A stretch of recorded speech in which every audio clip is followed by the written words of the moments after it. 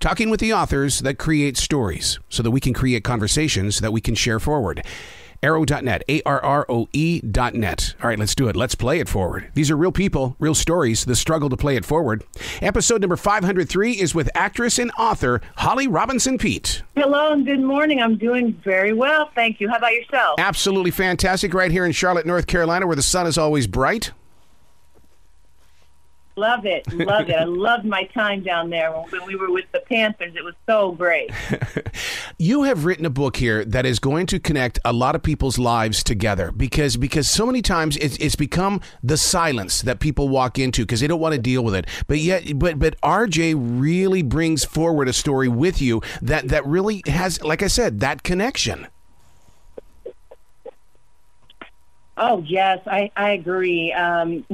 So important for RJ's voice to be heard and felt and for his presence to be seen in the book, Charlie Makes a Splash. We wrote a companion piece for Charlie Makes a Splash probably about 12 years ago with our twin sister point of view. And it was just important, especially now, to hear from people who are actually on the spectrum and what they think. And that's just a great point of view. So I'm so glad that he agreed to be part of this book. To bring in the water, because I know what water does for me, and it really, and I could so relate with everything that Charlie was going through with water, the discovery and getting up close and personal and stuff like that.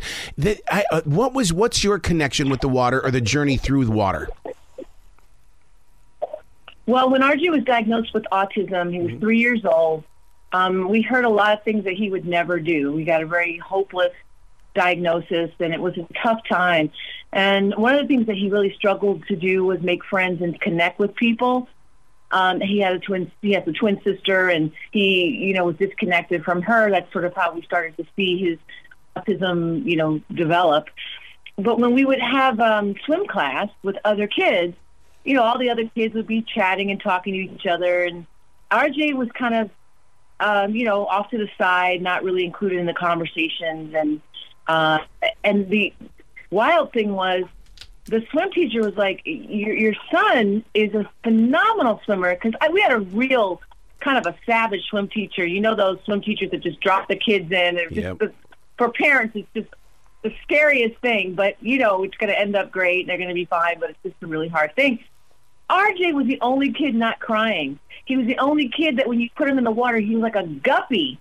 There was something about the water on his body. There was something about sensorially how it made him feel. And then that really extended to all things water, whether it's, surfing or going, or when it rains, he wants to go out in the rain, or whether it's the aquarium. So there's just something about water that relaxes him and makes him feel good in his body. And so that was one of the first things that I noticed that really set him apart from other children his age. And you bring that up in this story, through the story of Charlie, and even using the word guppy and stuff like that, because I chuckled when the very second you said that, because I know what's going on in the story while this is happening. So you have brought a personal experience into a story form that really is going to affect other people's lives. Yes, and I'm so excited about it because I think that as a children's book author, I think our goal is to obviously entertain children, but what can we teach them? Yeah. How can we start to normalize things that, develop a stigma as we become hardened, crotchety adults? We get stuck in our ways and we don't see diversity and differences and neurodiversity certainly as a positive thing or as something that, we should embrace. So that's what's so important, I think, about Charlie Makes the Splash. And then we have this great back matter of resources in the back of the book. So for families impacted by autism or just getting this diagnosis, it's a great guide because I didn't have that when we got diagnosed. There was no Welcome to Autism handbook. And I always felt like I wanted to be able to provide that for other families. My brother was such a great teacher for me in the way that with his challenges in life, he kept saying, you still have to go. You still have to go. In other words, nothing was ever going to get in his way. That's the same thing as Charlie as well as RJ here, is that nothing stands in their way. Just let me go. Yeah, just let me go and let me be me. Yes. Unfortunately, this world is complicated. So, I can let you go, but will the world let you be who you are? Right. So for me, it's really about, I always say that. I say in RJ, I would never change RJ for the world, but I would try to change the world for RJ because I want people to be more accepting and understanding of who it is. So that's one of our main goals with Charlie Makes a Splash, is really promoting that understanding and allowing him to go and do what he needs to do, and allowing him to process the world in his own way. And there are messages in here for parents as well. And I'm so proud of you for putting this in there. Ditch the denial. I mean, because you speak a truth here when it comes to really, working with your children and stuff like that. Yeah, I mean, it's easy to say ditch the denial. I wish someone had said that to me and my husband when we got the diagnosis, but it's hard when you first get it and you're trying to process it. So that's why I wanted to write in the back matter things that I wish someone had told me. And the denial, it's a very natural thing because you don't, especially if you're rookie parents like we were with these twins, you just don't know what you don't know. And when you get sort of a hopeless diagnosis, it's hard to, just jump out of denial. And you question everything. There weren't a lot of answers. So that is why it was so important for us to include this in the back and to have words of encouragement and tools and resources to try to process this whole journey. I love RJ's mantra. I may have autism, but autism doesn't have me. That says a lot. That opens up the door for a lot of people right now. It does. And, autism is a part of who he is. It's not everything.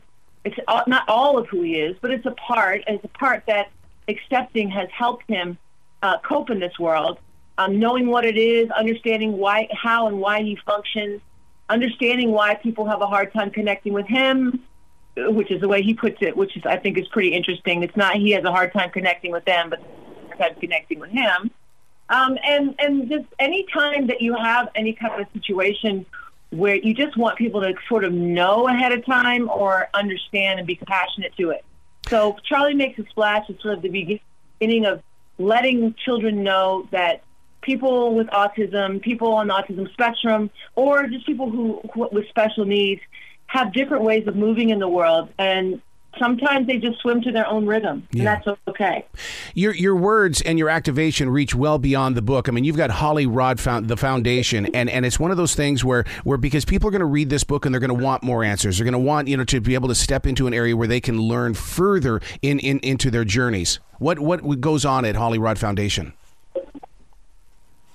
Well, Holly was set up originally for families impacted by Parkinson's when the twins were, I think they were just born. So we didn't have the autism diagnosis yet, but we did have a Parkinson's diagnosis in the family. And we saw back then a lot of people struggling with this neurological disorder disease that they just did not understand. And so we helped with that. And then when we got the diagnosis of autism, you spent a while in denial, like we talked about earlier.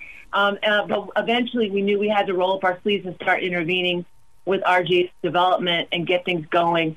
And then we knew that we had this philanthropic foundation, and how could we help other families impacted by autism? We first had to get our stuff in order. You know what I mean? We had to get ourselves right, and then we knew we could help others when it came to autism. So the foundation now supports families impacted by autism and Parkinson's, and we have made RJ's Place, which is a compassionate care center and job training center for families impacted by autism. Wow. I love your words. I wouldn't change you for the world, but I will never stop trying to change the world for you. I can relate with that because, I mean, like you said, will the world embrace it? I remember walking with my brother and people would just stand there and stare at us. And it was one of those that, Teddy, just be patient, be patient. Let's walk through this together. Yeah, I mean, it's hard. You just want the world to understand who your kid is, so that when they're out there without you, you're going to run into someone compassionate.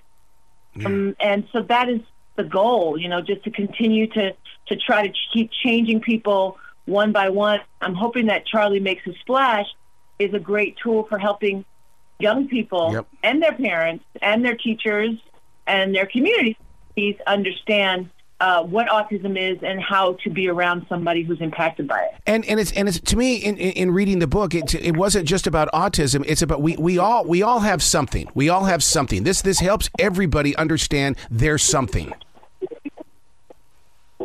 Yes, we all have something.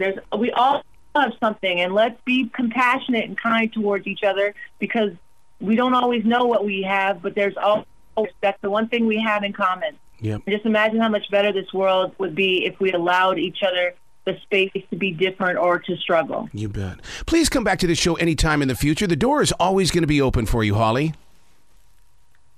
I would love that. Thank you so much for having me. Absolutely. You be brilliant and continue with this journey forward, because you're changing lives. Oh, thank you so much. Thank you so much. Have a great day.